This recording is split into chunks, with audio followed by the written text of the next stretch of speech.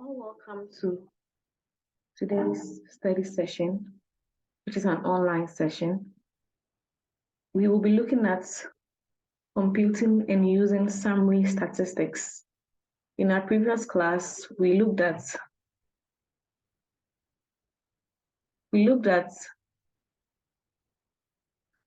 organizing your data using various kinds of statistical graphs. And today we will be looking at performing some calculations regarding your data using some summary statistics. So in your sphere of work,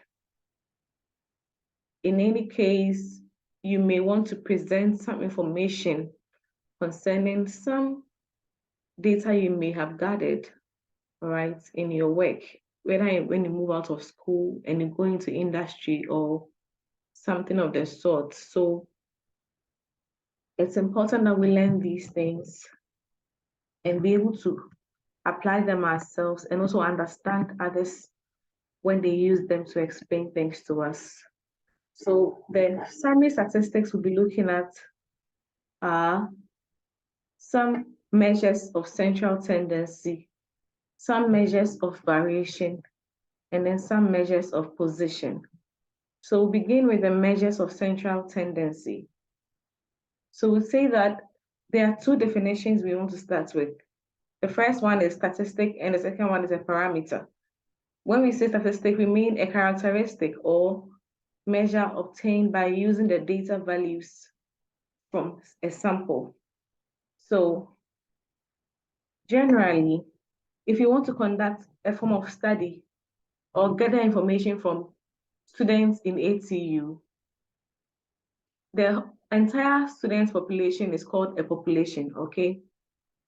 But it can be very tedious trying to get every student of ATU to give you the data you need. So sometimes, usually in statistics, you will select a group of students within ATU.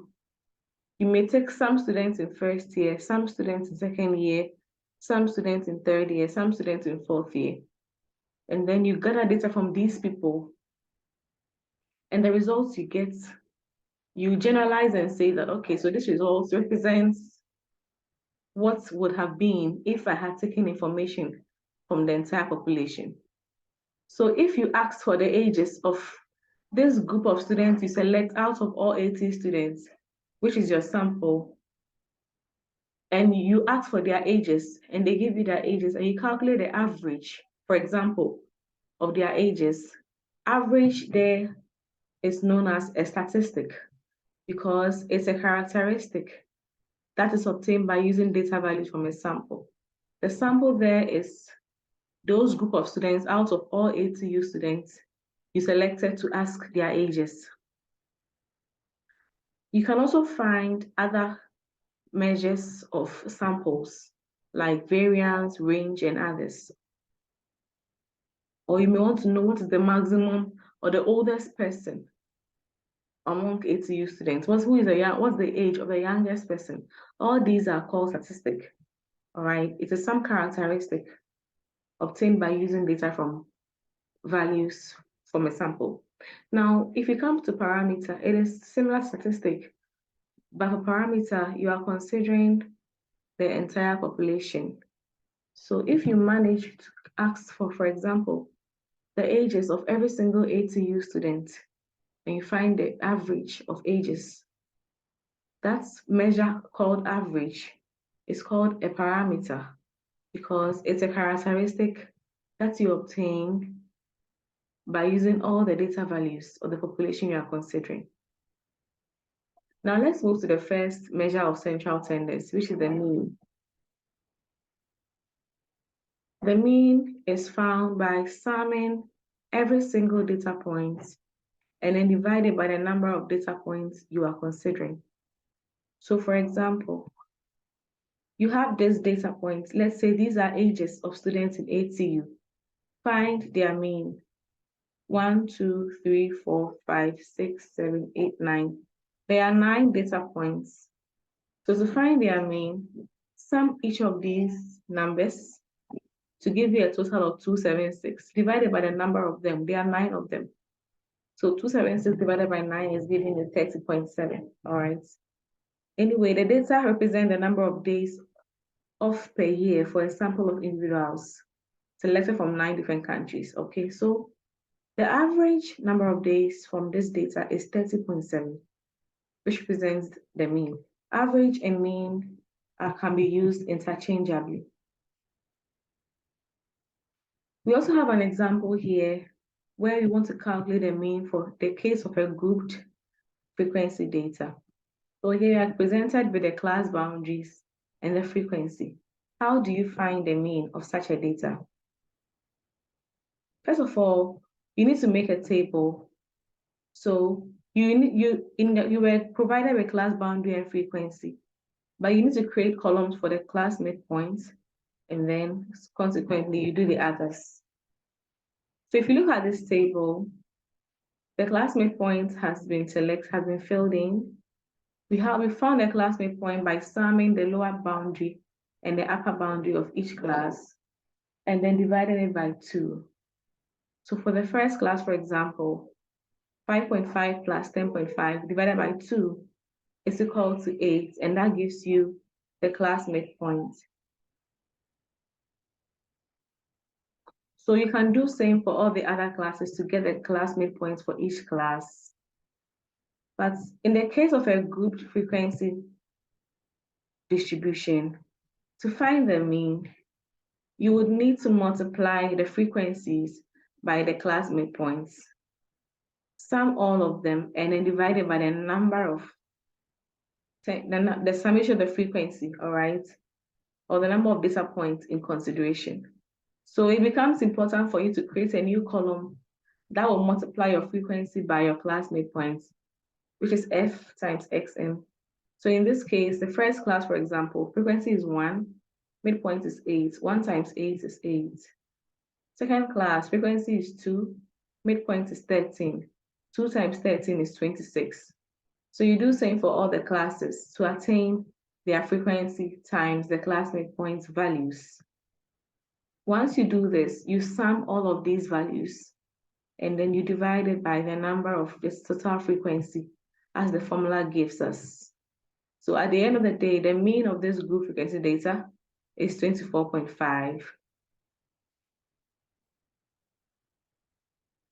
Please note that if you are given a group frequency data, you don't have specific data points. That is why it's important to use the class midpoints. The class midpoints are standing there as representing the data points, because once you are given a group data and you don't have access to the real or the actual data, you have to make do with the class midpoints. So please take note as to why we use the class midpoints in this case. We want to move on to the next measure of central tendency, which is the median. Now, the median is the midpoint of any data set. Most importantly, you need to arrange the data in order,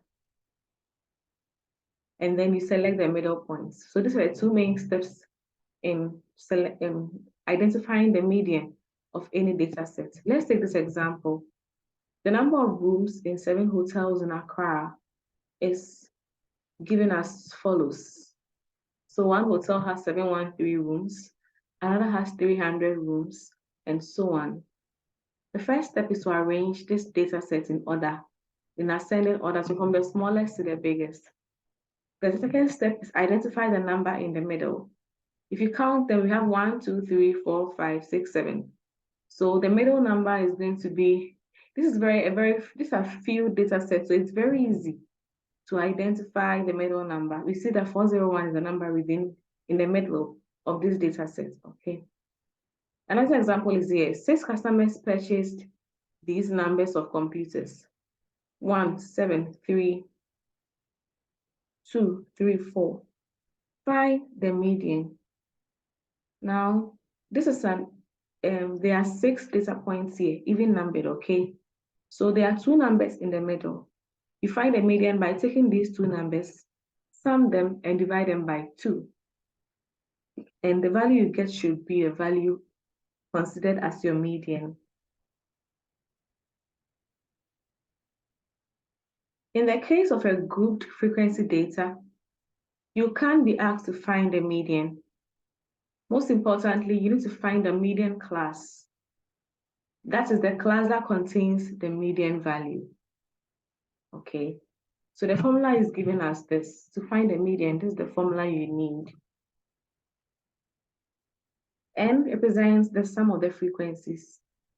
CF represents the cumulative frequency of the class immediately preceding the median class. W is the width of the median class. F is the frequency of the median class.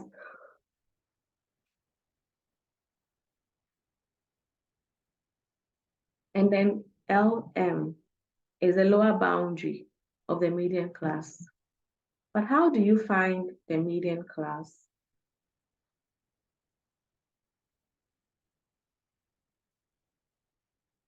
We are considering the number in the middle. So in this example, for instance, the total frequency is 20, which means that the number in the middle is likely to be, you can use the formula n plus 1. I'm saying it is not written here, n plus 1 over 2, where n is your total frequency, all right? So n plus 1 all over 2. Now in this case, n is 20. So 20 plus 1 is 21 divided by 2, which is 11.21, okay, 10.5. 21 divided by 2 should give you 10.5. So you are looking for the 10.5th position, okay, to find the median class. Let's start counting. 1 plus 2 is 3. 3 plus 3 is 6. 6 plus 5 is 11. So the median class falls here, all right? The median class falls here. So the median class will be giving us the class corresponding to this class boundary, which we expect that given looking at this class boundary, the class is 21 to 25, okay? So the median class will be 21 to 25. From the previous class, I believe you can understand what I'm trying to say. So once you know your median class, you can even circle it so you don't forget it. And then you come back to the formula, look for these variables in your table, fill them in your formula, and then you find the answer of your median. So I've already helped you to find the median class in this question. As your project, I would want you to follow the steps and find the median of this grouped data or this group frequency distribution. And I will request that you show it or you present it in class. All right. Now let's move on to the mode. This is also another measure of central tendency.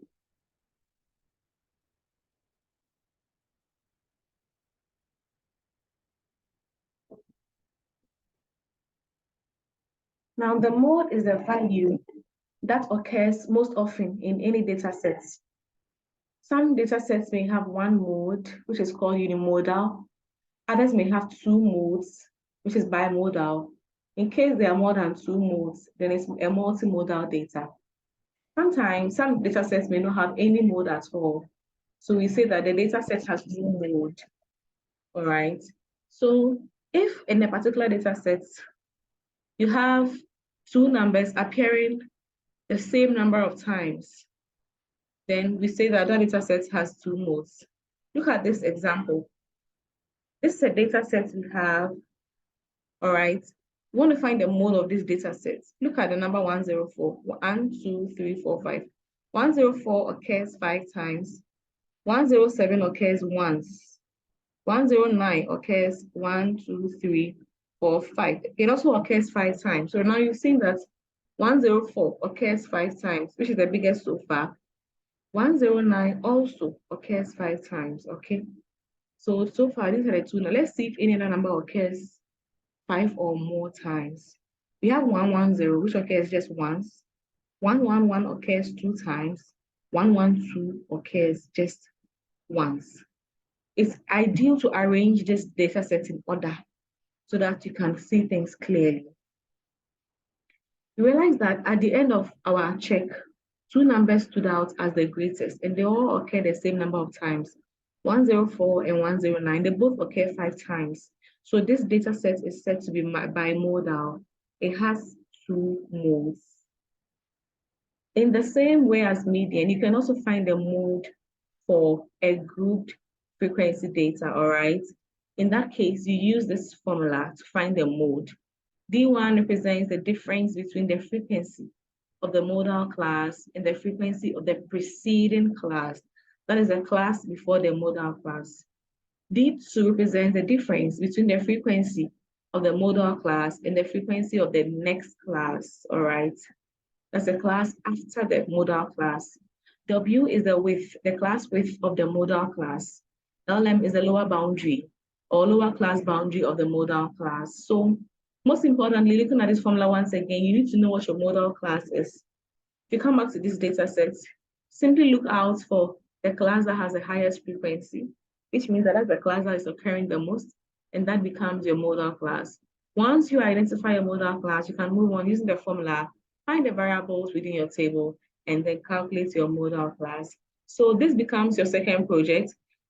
You are going to be finding the median and the mean of this data set. Along the line, if there's any change, I may give, if I want to give you a different data set, I'll let you know. You need to make sure you practice this because I will test to see if you made an effort to practice it by virtue of the class quiz.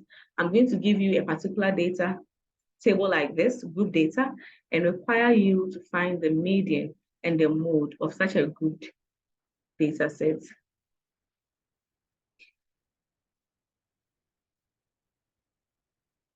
So we now move on to the measures of variation.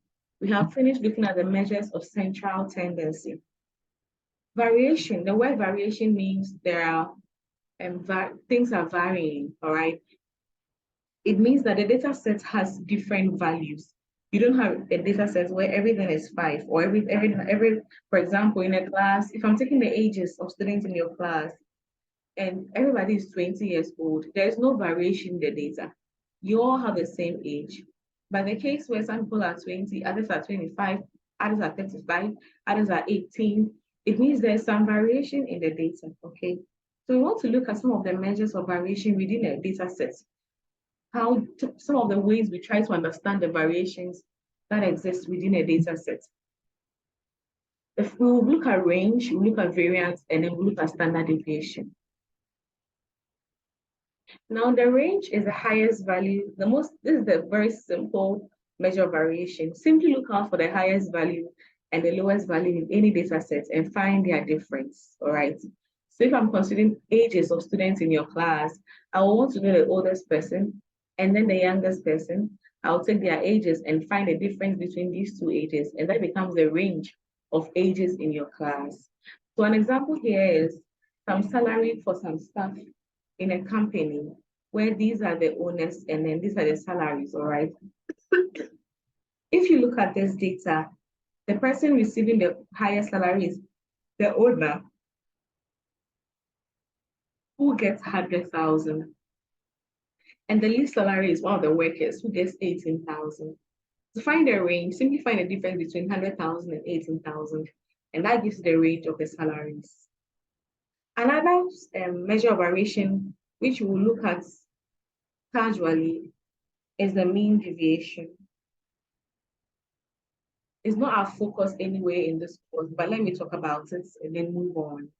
So the mean deviation is also a way of finding how your data points vary around the mean or how they deviate from the mean, okay? So for example, if the average age in your class is 25, I want to know how each person's age in the class, how far or close each other individual in the class is to the mean, or how far each age is from the mean, okay? So X in this formula represents the data points. X bar here represents the mean, okay? And then N is the number of values. So in the case of working with ages of students in your class. X here represents any age I take. X bar here is the average age in your class, and N will be the number of students in your class. These two bars, we call them absolute value. What they do is that any number that is negative, they force that number to become a positive. It's a math symbol. So here's an example. Find the mean deviation of these data.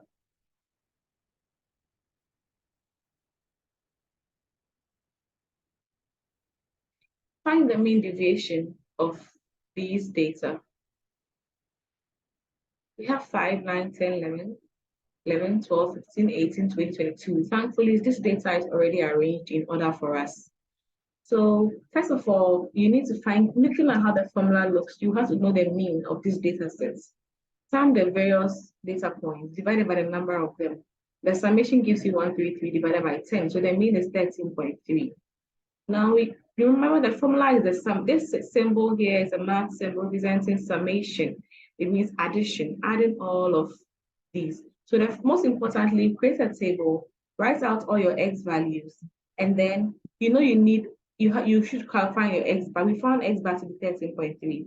So we take each X and subtract the mean out of it. Okay. So 5 minus 13.3 is giving us minus 8.3. 9 minus 13.3 is giving us minus 4.3. So you do same for all the values here. And then once you are done, remember we said that two bars here represent the absolute value. So to find the absolute value of this particular section, every number which is negative is forced to become a positive. The ones that are positive remain the same, okay? So realize that now in this column, there were negative numbers, but once we find the absolute values, everything becomes positive. So looking at the formula, the next step is to sum the absolute values of these differences, which is 41.6, divided by the number of data points, which is 10. And then a further calculation of this gives you 4.16, which represents our mean deviation. Okay. Now let's look at variance and standard deviation. Variance measures how a data set's values how they vary around the mean of any variable, okay? So it's similar to the mean deviation, but mean deviation looks at absolute values. When we come to variance, we are not going to use absolute values. We will still have to change the negative numbers to positive, but we'll use a different approach instead of using absolute values. So, for example, if the average age in your class is age 25, somebody who is 23 is very close to that average age. But somebody who is 18 years old is quite far from the average age, okay? So we just want to, in applying or using variance and standard deviation, what you want to do is I want to understand how widespread my data is. For example, in your class, if you have who as young as 15 and who as old as 45, and then the average age is 29, you can see that in your class, there's a lot of variation in the ages of students, okay? But a case where all of you fall within between 21 and 25, nobody is more than 25 years, nobody is less than 21 years. Then you say that the variation in the ages of students in your class is very small. So such a data set is like a very small variance or very small standard deviation. Okay, so here's a formula for finding the variance and then the standard deviation. Here you can see sample variance, population variance. Our focus will be on sample variance, sample standard deviation, because generally in application or in real life, we hardly use the population. We use, in doing any kind of study, you pick a group out of the entire group you are considering, and then you study them. So let's focus on sample hence going forward, all right? So our formula for finding the variance, which we are using S squared to represent, is giving us the summation of xi minus x bar squared all over n minus 1. And the standard deviation is simply finding the square root of the variance, okay? Now here is a simplified way of finding the variance. It doesn't look so simple, but indeed, when you are trying to calculate, this is actually a much more simple and straightforward formula. Okay, Take notes. Standard deviation is, see, if you are supposed to find variance and standard deviation, you do not need to solve all of them from scratch. Once you find one, you can find the other. You find the variance, just find the square root of the variance and get a standard deviation. If you find standard deviation, square the entire figure you get to get the variance, because standard deviation, square rooting and squaring are the opposites, just as addition and subtraction are the opposites, okay? All right. So now let's try and find the variance and standard deviation for a grouped data.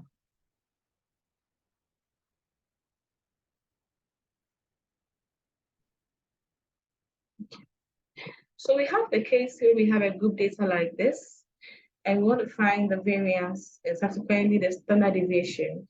The data represents the number of miles that 20 runners run during 1 week. Once they are saying 20, we expect that the sum of the frequencies should also be 20. 3 plus 3 is 6, plus 5 is 11, plus 4 is 15, 20. So it is right. We have been asked to find the variance and the standard deviation of this. Now, importantly, because this group data usually doesn't have X data points, or you don't know the actual data points that you will use because you need them. The X is in the formula is the actual data point. We will improvise by using the midpoints. So the midpoints will now become our X's of these classes. So in the case of a group data, for example, or a group frequency table, the formula changes just a little bit. Here you have to bring in the aspects of frequency, okay? So we have n times summation of f times x squared minus summation of f times x all squared, all divided by n times n minus 1, okay? So once you know these are the variables I need to find my variance, you extend your table to include them so that your calculations will be very easy. You already have your class boundaries, your frequencies, and your class midpoints. You can find them from the class boundaries. So the next thing is, if you look at this formula, you realize that you would need a summation of f times xm. First of all, multiply your frequencies by your x's, and then sum them all together. So this is the column for that. Multiply each frequency by its x. Once you've completed it, sum them all together, and that gives you what is in this bracket, okay? The next thing is you also need to find the summation of the frequency times x squared. Ideally, I need to have brought the first column, but a column here saying x squared. But if you can do it straight away, so that's also good. Most importantly, you need to square the x's. Square these values before you multiply by the frequency. So in this case, 8 squared is 64. 64 times 1 is 64. Okay, so you apply the next step, you square 13, 13 squared, then you multiply that answer by 2. You do the same for all the classes to fill this column. And then once you are done, you sum everything, summation of x times x squared, which should give you what is in this bracket. So given that summation of f times x is 490, I fix it in here. And then summation of f times x squared is 13,310. I fix it in here. Then I add all the other aspects of the formula. N is 20, and then this is supposed to be squared. So I square 490. And then the denominator is saying 20 times 20 minus 1. Once I fix everything in here, the next thing is about picking your calculator and then inputting these values and coming up with the final result, which is 68.7. So the variance for this data set is 68.7. You find a standard deviation by finding the square root of this number, which gives us 8.3.